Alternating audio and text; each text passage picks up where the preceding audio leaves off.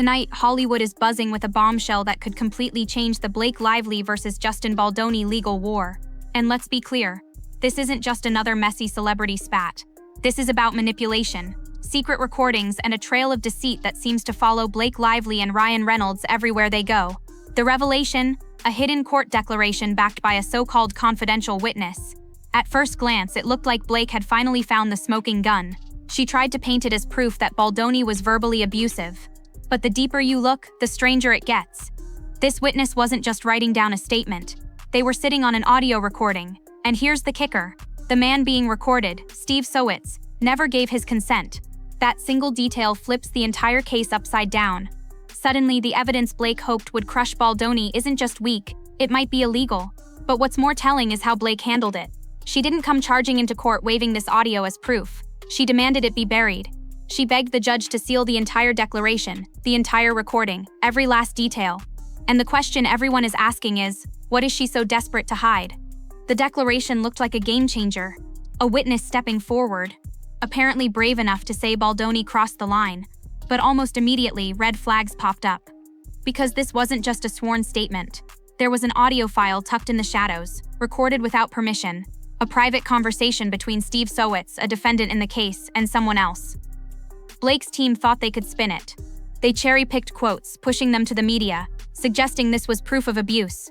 But the truth? Selective leaks are dangerous. And when people found out that Steve himself had never agreed to be recorded, the credibility of the entire declaration started to crumble. Think about that for a second. In most courts, evidence gathered secretly, without consent, raises huge legal and ethical alarms. It's not just messy, it risks being tossed out altogether. So instead of standing behind her evidence proudly, Blake did something unusual. She rushed to seal it. Not just the witness's name, which would have been normal to protect privacy, but the entire declaration, every line, every detail. The audio, gone from public view. That wasn't about protecting anyone. That was about controlling the narrative. Justin Baldoni's side, Wayfarer Studios, wasn't having it. They called Blake out immediately, demanding transparency. Their argument was sharp and simple. The only person actually recorded here was Steve Sowitz. And guess what? Steve himself wanted the recording public. If the supposed victim of this tape is fine with it being released, what excuse does Blake have? Wayfarer's lawyers accused Blake of abusing the sealing process. They argued that what she really wanted wasn't protection for a witness, it was protection for her image. By locking everything away, Blake could keep leaking tiny cherry-picked quotes that made Baldoni look bad, while hiding the full context. And Wayfarer wasn't subtle. They filed motion after motion reminding the court that judicial documents in New York are presumed to be public, especially when they influence a judge's decision. They painted Blake's request as not just weak but manipulative. In their words, this wasn't about shielding a witness. It was about Blake shielding herself. Here's where Blake's strategy really started to collapse. Because when you line up her excuses against actual legal precedent, they fall apart like a house of cards. Wayfarer's lawyers didn't just argue emotionally. They came armed with case law from the Southern District of New York and the Second Circuit. Judges have ruled, again and again, that documents tied to motions are judicial records, and the public has the right to access them. The only exceptions? Extraordinary circumstances, threats to safety, sensitive trade secrets, national security, and Blake's excuse? Negative media coverage. Headlines she didn't like. That's it. The law is crystal clear. Embarrassment is not a reason to seal evidence. Bad press is not a reason to hide a declaration.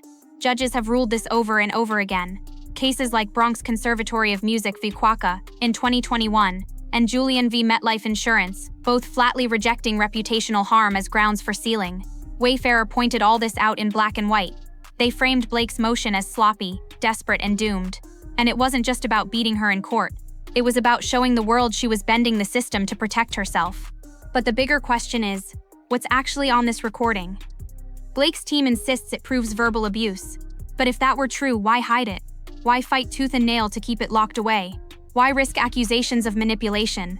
The answer seems obvious. The tape doesn't say what Blake wants people to believe. We already know she cherry-picked a few lines, leaked them to the press, and framed them as explosive. But when lawyers started pushing for the full context, Blake panicked. Because context is everything. Tone, timing, and what happened before and after matter more than a single phrase. And Steve Sowitz, the very man being recorded, wants it all public. That alone speaks volumes. If this tape truly painted him as abusive, why would he want it released? Why would he fight against Blake's attempt to bury it? The only answer? The recording might not prove what Blake claims. It might even prove the opposite. And that's why Blake is terrified of it coming out. Because if the truth shatters her narrative, the entire case crumbles. This brings us to the man who has the power to decide, Judge Lyman. From the start, fans and legal watchers have been suspicious of his rulings. They've noticed a pattern: decisions leaning toward Blake, motions going her way, enough small victories that people began to whisper about bias. Some even speculate that celebrity influence, Blake and Ryan's power in Hollywood, is casting a shadow over the case. To be fair, Judge Lyman has denied any bias. And recently, he did reverse one of his own rulings, giving Baldoni's team a small but significant win. Still, doubts remain. Now the pressure is on. Will he follow legal precedent and unseal the recording? Or will he once again protect Blake under the flimsiest of excuses? This isn't just about a tape.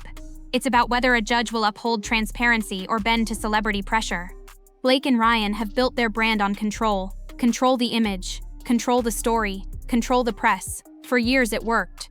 Glossy magazine spreads, carefully staged red carpet moments, quirky, lovable interviews. But in court, those tactics fall flat.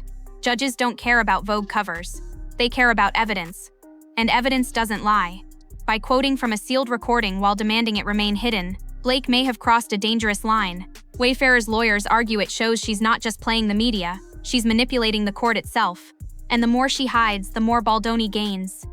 His message is simple: let it all out. No secrets, no spin, just the truth.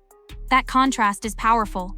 Because when one side hides, and the other side says show everything, the public takes notice. And Blake's carefully crafted image starts to crack. Through it all, Ryan Reynolds has stayed quiet. No public statements, no fiery defenses, nothing. But don't mistake silence for absence. His fingerprints are everywhere. Every time Blake files something, the press magically tilts in her favor. Outlets suddenly paint her as the victim. Headlines appear almost overnight. That's not luck, that's PR, that's influence. But here's the risk: if the recording comes out and proves Blake twisted the truth, Ryan's silence won't protect him. It will make him look complicit. And the stakes for him are massive. His billion-dollar empire, Mint Mobile, Aviation Gin, Wrexham Football Club, depends on his image. If the public decides he stood by while his wife manipulated evidence, the fallout could reach far beyond this case. His silence might not be strategy. It might be the very thing that sinks him. So where does this leave us? Blake's gamble was simple: leak what helps, bury what hurts. But the law, the filings, and the cracks in her strategy are exposing something darker. If the recording is unsealed, it could prove that Blake and Ryan manipulated not just the courtroom but the public. And if that happens, the fallout will be brutal. Blake could lose more than just her case. She could lose her credibility, her career, the carefully crafted image of Hollywood's perfect couple. And Ryan won't be immune. His silence will be read as complicity. His businesses, his endorsements, his brand, all at risk. Meanwhile, Justin Baldoni stands to emerge stronger than ever. By demanding transparency, by refusing to play games, he positions himself as the one man in Hollywood willing to stand up to lies and manipulation.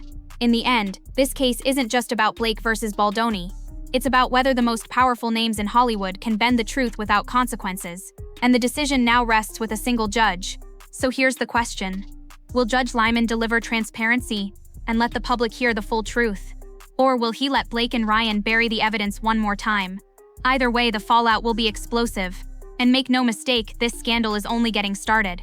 So if you're tired of celebrity spin and want the real story, make sure you hit that subscribe button, smash the like and ring the bell, because every move in this case is a new twist, and we'll be here to cover it all.